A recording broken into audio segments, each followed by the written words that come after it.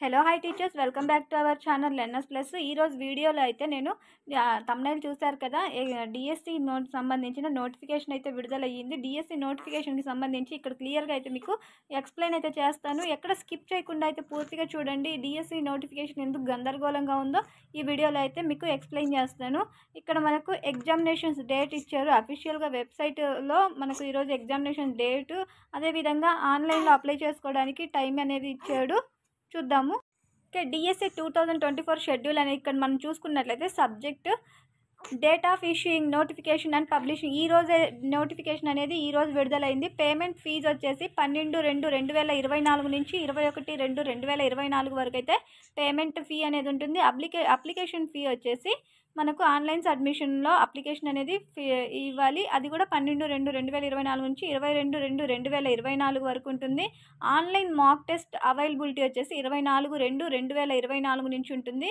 Download hall tickets వచ్చేసి 5/3/2024 నుంచి hall tickets అనేవి డౌన్లోడ్ చేసుకోవాలి. ఎగ్జామ్ షెడ్యూల్ వచ్చేసరికి 15/3/2024 నుంచి 30/3/2024 వరకు అయితే జరుగుతాయి.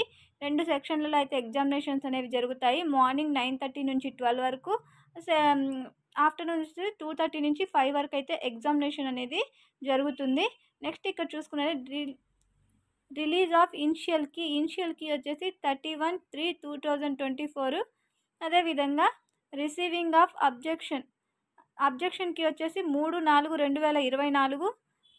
రిలీజ్ ఫైనల్ కీ వచ్చేసి 8/4. ఫైనల్ రిజల్ట్ వచ్చేసి 15/4/2024 అయితే రిలీజ్ చేస్తారంట. ఇక్కడ మనకు ఏపీ డిఎస్సి అనేసి ఇచ్చాడు. డిఎస్సికి సంబంధించిన షెడ్యూల్ ఆన్లైన్ వచ్చేసి 12/2/2024 నుంచి 22/2/2024 దాకా చేసుకోమన్నాడు.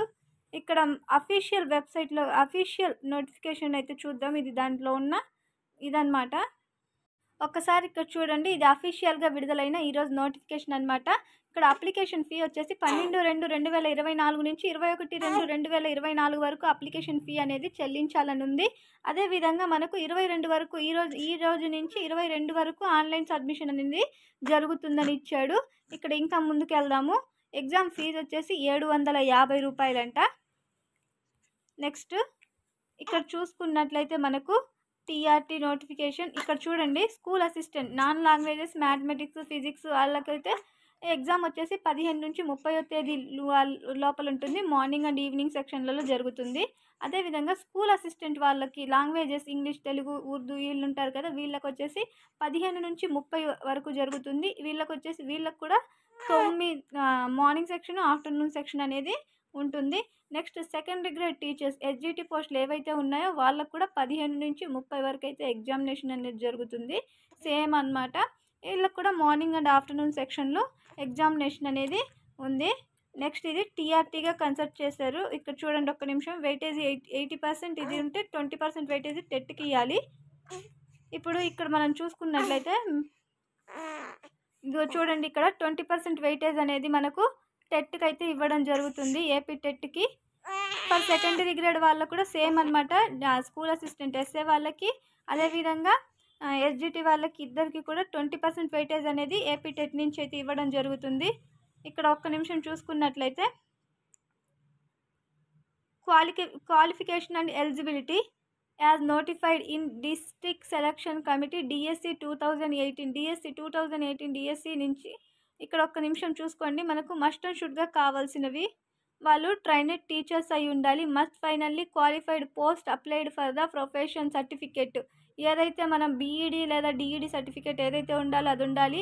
అదేవిధంగా ఇంటర్మీడియట్ బోర్డ్ సర్టిఫికేట్ అనేది ఉండాలి. అదేవిధంగా డిగ్రీ చేస్తుంటే ఆ డిగ్రీకి సంబంధించిన సర్టిఫికేట్ ఉండాలి. నెక్స్ట్ వచ్చేసి డిస్టెన్స్ మోడ్లో చేసిన ఏ సర్టిఫికేట్ ఉంటే అది ఉండాలి.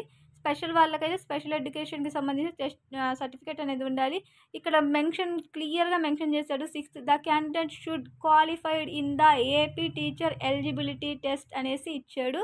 ఎలిజిబుల్ టెస్ట్ ఏపీ టెట్లో క్వాలిఫై అయిన వాళ్ళు మాత్రమే అప్లికేషన్ వేసుకోవడానికి ఛాన్స్ అయితే ఉంది. సో అసలు మనకి టెట్టే జరగలేదు. ఏపీకి మనం అప్లికేషన్ ఇప్పటి నుంచే ఇచ్చాడు. టెట్ జరగకుండా టెట్ అప్లికేషన్ ఏ విధంగా వేయాలంటే ఇంతకు ముందు క్వాలిఫై అయిన వాళ్ళకి ఈ డిఎస్సి లేకపోతే అందరికీ ఉందా క్వాలిఫై అయిన వాళ్ళకి డిఎస్సి అనేది లేదా? అసలు ఇది ఎందుకు ఇచ్చిందో గవర్నమెంట్ నాకు అసలు ఏం అర్థం కావట్లేదు.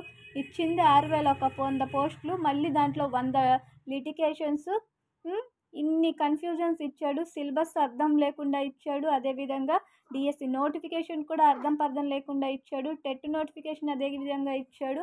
అసలు ఏం అర్థం కావట్లేదు. అసలు మనకు డిఎస్సి పెట్టాలనుకుంటున్నాడా, లేకపోతే ఏదో ఆషామాషిగా ఇచ్చి ఏదో వాళ్ళు కేసులు వేసుకుంటారనేసి ఈ విధంగా చేస్తున్నాడా అనేది నాకు అర్థం కావట్లేదు. స్కూల్ అసిస్టెంట్కి వచ్చేసి మ్యాథమెటిక్స్, ఫిజిక్స్ వాళ్ళకి సంబంధించినవి ఇవి అన్నమాట క్వాలిఫికేషన్స్. ఇవి మస్ట్ అండ్ షుడ్గా AP TET certificate, AP TET అనేది ఉండాలి కాబట్టి అన్నాడు. కాబట్టి టెట్ అయిపోయేంత వరకైనా నోటిఫికేషన్ ఇవ్వకుండా ఉండాలి. నోటిఫికేషన్ ఇచ్చాడు.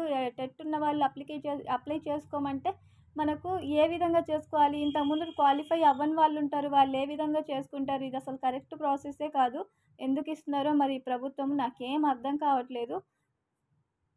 అసలు ఈ డిఎస్సిని రద్దు చేసి మెగా డిఎస్సి ఇవ్వాలి. మీరైతే చదవడం అయితే ఆపేయొద్దు, ప్రిపరేషన్లో అయితే ఉండండి. నాకు తెలిసి దీన్ని ఇంచుమించు ఈ డిఎస్సి జరగకపోవచ్చు, లేకపోతే ఎక్స్టెండ్ చేయొచ్చు డేట్ అనేది. మీరైతే ప్రిపరేషన్ అయితే ఆపొద్దు. ఖచ్చితంగా డిఎస్సి అయితే ఉంటుంది, కానీ ఈ కన్ఫ్యూజన్ డిఎస్సి అనేది ఉండకూడదు అని నేను అనుకుంటున్నాను. అసలు అర్థం లేని డిఎస్సి ఇదైతే. టెట్ అవ్వకుండానే డిఎస్సి నోటిఫికేషన్ రావడము, డిఎస్సికి సంబంధించి అప్లికేషన్ ఫీ, టెట్ అవ్వకముందే అప్లికేషన్ అనేది కంప్లీట్ అయిపోవడం, ఇదంతా కన్ఫ్యూజ్ అనమాట మొత్తము. అందుకని మీరు చదువుతూ ఉండండి. ఫర్దర్గా ఏదైనా న్యూస్ ఉంటే నేను అప్డేట్ అయితే చేస్తాను. ఇది అప్లికేషన్లో ఉన్న గందరగోళం. నెక్స్ట్ వీడియోలో మళ్ళీ కలుద్దాం. అంతవరకు bye. Thank you for watching.